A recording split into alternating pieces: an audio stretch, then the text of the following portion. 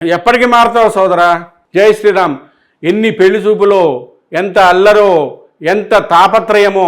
ఒక్కనాడైనా ఇలా మీ మనసు ఎప్పుడైనా కదిలిందా? ఏమి ఈశ్వరుడు నేను తిన్నదాన్ని పచనం చేస్తున్నాడు, జీర్ణం చేస్తున్నాడు, రక్తంగా మారుస్తున్నాడు, పిప్పిని కిందికి వదులుతున్నాడు, పైనుంచి కింది వరకు రక్తం తిప్పుతున్నాడు, మాట ఇచ్చాడు, బిడ్డల్ని ఇచ్చాడు, ఉద్యోగం ఇచ్చాడు, తేజస్సుని ఇచ్చాడు, ఇన్ని ఇచ్చాడు.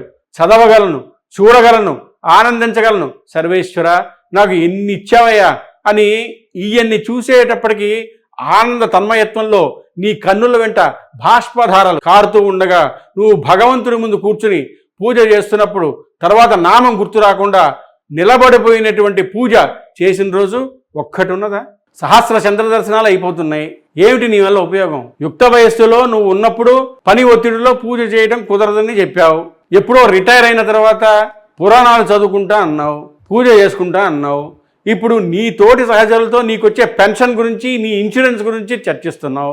ఇంకెన్ని పుట్టుకలు? కనీసం నీ పుట్టుకల్ని తగ్గించుకునే ప్రయత్నం చేశావా? చెయ్యవా? ఇంకా ఎప్పటికీ మారుతావు సోదరా? మీకు ఇప్పుడు ఒక ప్రశ్న.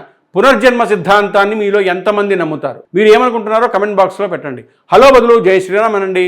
ఛానల్ని సబ్స్క్రైబ్ చేయడం మర్చిపోకండి. పెళ్లి సంబంధాల కోసం మా టెలిగ్రామ్ ఛానల్ మ్యాట్రిమోనీ ఇండియాలో జాయిన్ అవ్వండి.